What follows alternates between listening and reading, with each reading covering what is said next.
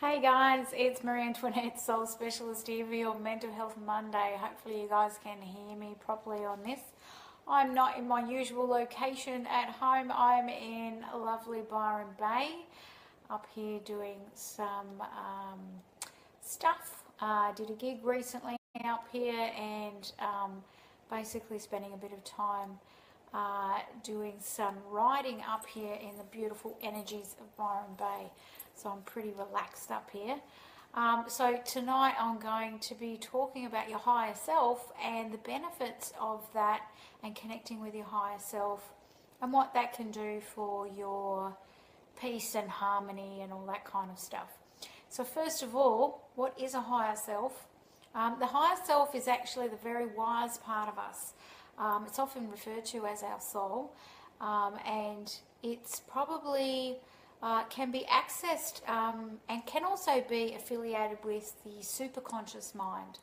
So the higher self is like the very, very wise part of us that knows all about what we're doing here, why we're here, what our purpose is, what we need to do to bring ourselves into more peace and harmony.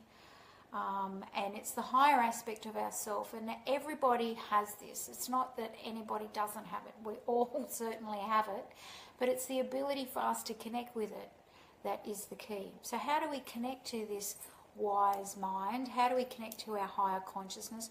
How do we connect to this wisdom? And so some of the tips that I'm going to suggest to you are very, very simple, but when used consecutively and used over a period of time where you've achieved discipline with these, you'll be able to access your higher self. So, being really quiet and introspective and being able to listen to yourself. Now that might seem like, well, how do you listen to yourself? It is a bit of an art and it is a bit of a practice because we can get so sidetracked by so many different things. So a regular practice of meditation is going to help you, first of all, in being able to access this part of yourself. The other aspect is actually trusting in that part, because let's face it, there are certain situations, or what we've been taught or what we've been programmed to believe is that information and wisdom comes from outside of us. The opposite is actually true. Wisdom is predominantly comes from within us, and all wisdom and all information and knowledge can be obtained from within us, not outside of us. We can be triggered into wisdom and information from things that we read and things that we watch and things that we learn from, but all wisdom is actually within us, in the higher part of us. So to access that, there's obviously meditation, but there's obviously also automatic writing. So I actually stress this to a lot of different people about automatic writing, and you can try it. It's not something that you have to learn to do. It's just something that you can try and practice. And so automatic writing could be, you could actually write a letter to your higher self. So you get a pen and paper out, or you can jump on your computer and you can actually write it like a script. You can say, you can put your name and then you can ask the question, and it might be, what am I supposed to be doing this year or focusing on this year? And you can put higher self, colon, and just wait for a response. Now, some people that I've worked with and suggested this technique to say, I don't get anything. You will always get something if you listen quietly enough. If you've been able to practice meditation regularly and actually do that self-inquiry, it's going to be easier, of course. But if you wait and you are patient and you trust, often you will get an answer. Most people get an answer and think they get nothing, because that first answer they actually miss because they doubt that they're going to get it in the first place, or it comes in that fast that they just think it's another thought of theirs.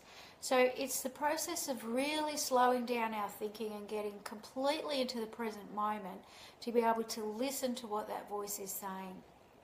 And often you might be really surprised about, had to clear my throat. You might be really surprised about what answers that come, and it might not make sense straight away, but once you get into the flow of things, you can actually start having a dialogue. So a lot of people know the book's written by Neale Donald Walsch, which was Conversations with God, the certain books that he wrote, and it was a conversation that he got into. And so that's a form of automatic writing. If you haven't read those books, highly recommend them.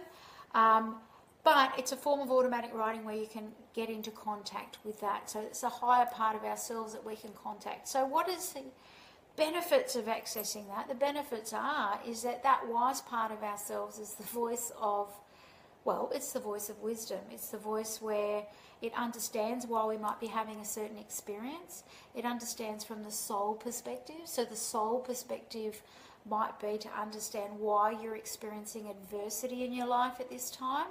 It might be some information about why you might be depressed or anxious, or why you're struggling. It might give you some insight into something that's not going to come through the reasoning part of your mind or through the conditioned part of your mind. It's going to come from almost like an outside perspective. So a lot of people will say, how do I get an outside perspective without getting the outside perspective? Is to actually tap into that higher self part of you. Hi Kim, nice that you've said hi. If you guys want to ask questions about this, you can while I'm talking about this. So one of the other things that you can do, and it's a very slight adaptation of a meditation, is to start practicing looking at or zoning into outer zone awareness and inner zone awareness.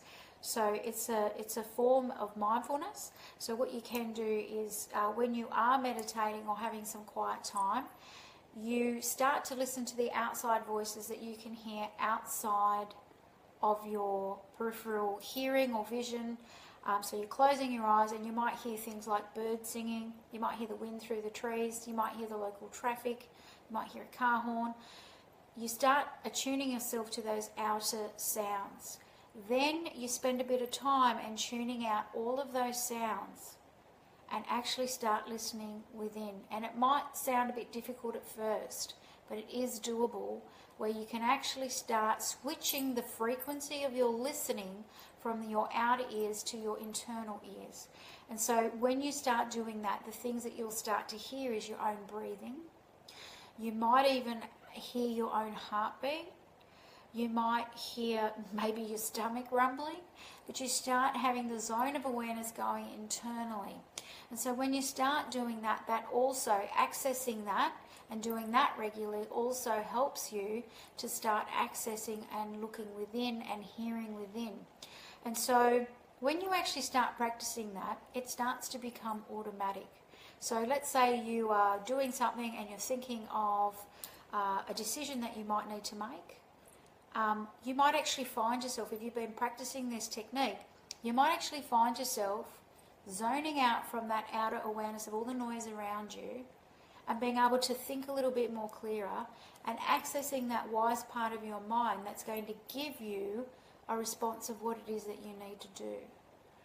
So I really highly suggest that you try practicing these techniques, because let's face it, man, we all get so stressed out and so busy, and we've got all these things and stresses and things to pay and things to do and all these kinds of things, that we often lose that connection with the wise part of ourselves that could actually give us answers that we need, you know. And I really suggest for a lot of people to stop searching for answers outside of yourself, stop going to outside things, to be able to access that inner wisdom, because we all have that and we all have that higher self. So hopefully that technique is something that you can take away and use that's going to be able to help you to access that higher self or that higher part of you. So Kim has said, this technique came to my awareness today when I asked for a better way for me. Awesome, Kim, that's awesome. And it does come for you. It actually starts to become something that's quite automatic if you've been practicing it regularly. So when you come to a decision that you've got to make, that you come to a situation or a problem where you think, what do I need to do in this situation? If you've been accessing the higher self part of you, that information will actually come to you spontaneously and very quickly. In fact, it comes so quickly that if you blink, you'll miss it. So it's important to just be in tune with that so that you can get that kind of wisdom. And what will happen is that you'll intuitively be able to deal with situations without having to think or process too much. It will just come to you. And that's wisdom.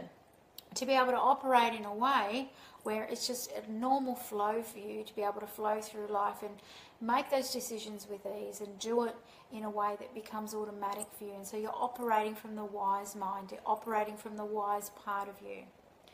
So I haven't seen any questions on here, so there's nothing to answer, but if you didn't catch the beginning of this video, I highly suggest you go to the beginning of it to get some of the tips that I spoke about getting in contact with the higher part of you and the higher self part of you, and being able to use that to your advantage, especially in stressful situations.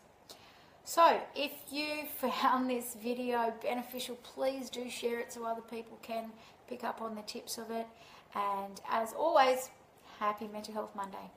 See you guys.